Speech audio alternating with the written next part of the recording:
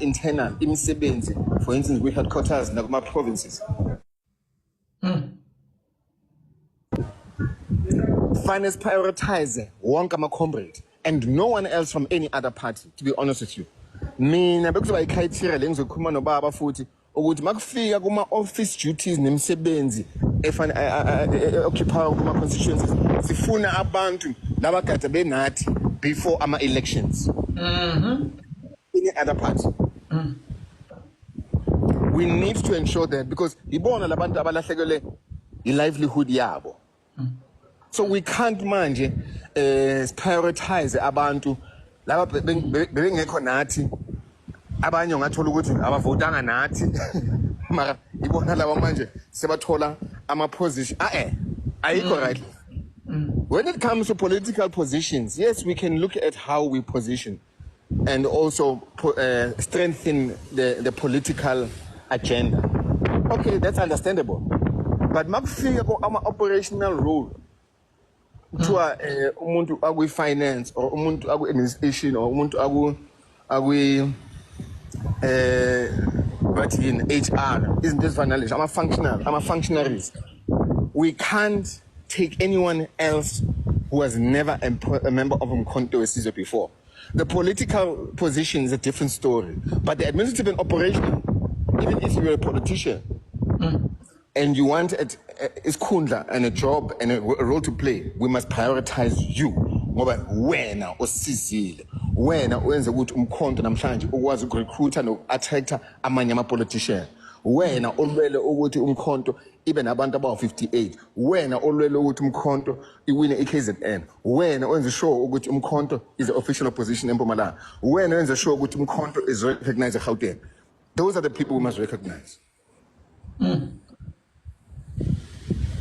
Hey, awunamandla yabona ubuyisa kakhulu ithemba ngoba abantu abaningi bakhathele ngesiqamba manga because indlela bebuka ngathi pusheka ngayo bengathi sebelibalekile basebekhohliwe abona abasabonakala indaba yaba yiseko but today ubuyise kakhulu ithemba xa unamandla ukuthi abantu abangaphelwa yithemba avuthi into emnandi umuntu omkhonto wesizwe akukho la angaya khona la ngabalekela khona ngempela but siyabonga ukuthi leni kwazi ukuyiveza ngoba akumelanga sithule ngaphakathi ubone belimala abantu ubona behlela abantu bengasenzi lutho abantu ngoba manje abantu balimele ngaphakathi but siyabonga mangabe into efana nazo lezi nekwazi ukuzibona ngoba eqinisweni abantu bomkhonto wesizwe abantu abomkhonto wesizwe ngempela ngoba abantu abagijima engekho lutho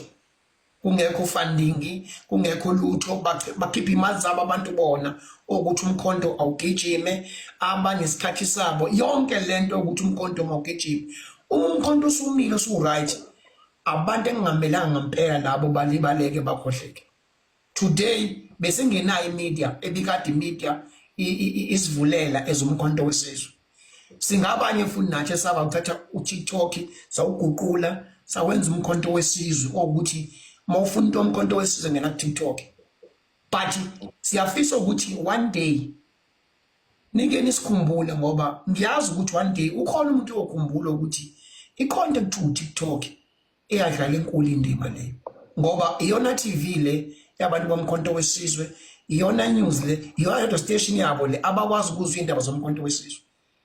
Siyabonga kakhulu qonda manje.